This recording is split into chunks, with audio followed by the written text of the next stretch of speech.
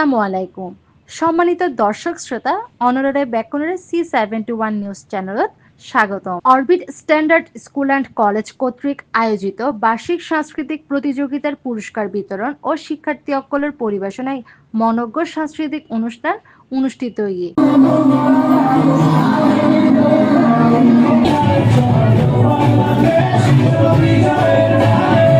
অধ্যক্ষ মোহাম্মদ মাসুদ পারভেজ চৌধুরীর সভাপতিত্বে প্রধান অতিথির বক্তব্য রাখি ইয়াকুব আলী দোবাস উচ্চ বালিকা বিদ্যালয়ের সদস্য ও বোধন আবৃত্তি পরিষদ চট্টগ্রামের সভাপতি হালিম দোবাস স্যার হয়ে একাডেমিক শিক্ষার পাশাপাশি সংস্কৃতি চর্চা গড়িলে শিক্ষার্থী অকলার আত্মবিশ্বাস বাড়িব এবং তারার ব্যক্তিত্ব গঠনে সাহায্য করিব। প্রধান বক্তা হিসেবে উপস্থিত আছেন Kazi Abu Zarar, corporate trainer, motivational speaker ও কো মোমেন্টিয়ার কোয়ান্টাম ফাউন্ডেশন চট্টগ্রাম।